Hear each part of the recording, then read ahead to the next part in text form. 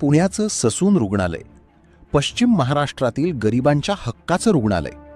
पण आज याच रुग्णालयाच्या उंबरठ्यावर माणुसकी श्वास सोडतीये की काय असा प्रश्न पडलाय.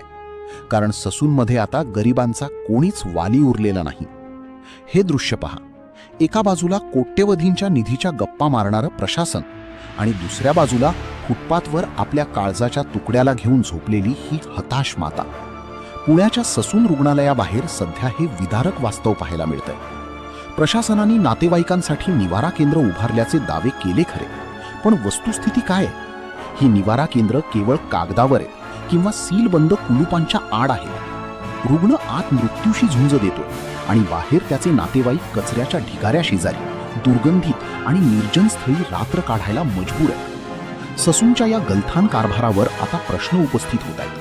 रुग्ण बरा होऊन घरी जाईलही, पण या फुटपाथवरच्या थंडीने आणि अस्वच्छतेने त्याचे नातेवाईक आजारी पडले तर त्याला जबाबदार कोण? प्रशासन आता तरी ही निवारा केंद्र खुली करणार की गरिबांच्या आयुष्याशी असाच खेळ सुरू राहणार? हाच मोठा प्रश्न आहे.